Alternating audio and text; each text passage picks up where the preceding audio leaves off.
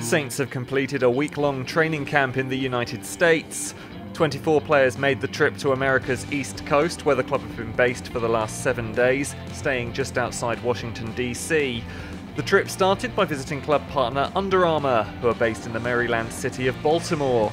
The Saints squad were able to use the state-of-the-art gym facilities at Under Armour's headquarters before being given a full tour of the building and an insight into how the new kit and training wear was developed. Over the next few days, the squad trained at the University of Maryland. The new Saints coaching staff were able to put their team through their paces, in temperatures reaching as high as 35 degrees. It was also an opportunity for some of the young players to impress as they try to force their way into Claude Puel's plans for the 2016-17 campaign. New signing Pierre-Emile Højbjerg also joined up with the squad.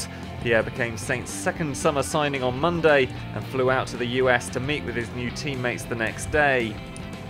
There was an open training session on Thursday, as invited guests were able to watch Saints stars in action, and the side stepped up preparations with their first match of pre-season on Friday, facing DC United's under-23s at the RFK Stadium in Washington.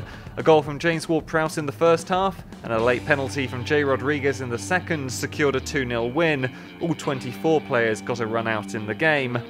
The team were able to do a little bit of sightseeing in Washington later that day, including a group visit to the Lincoln Memorial. It was back on the training pitch on Saturday, as Saints resumed their work on the field. Later in the day, the whole squad conducted a signing session for young footballers from the region, as well as Saints supporters who had turned out to meet the team.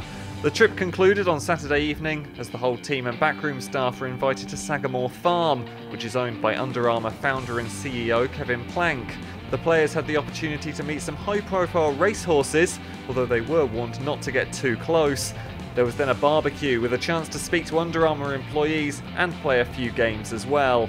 The squad will now travel back to the UK and spend a few days at Staplewood before a training camp in the Netherlands later this month.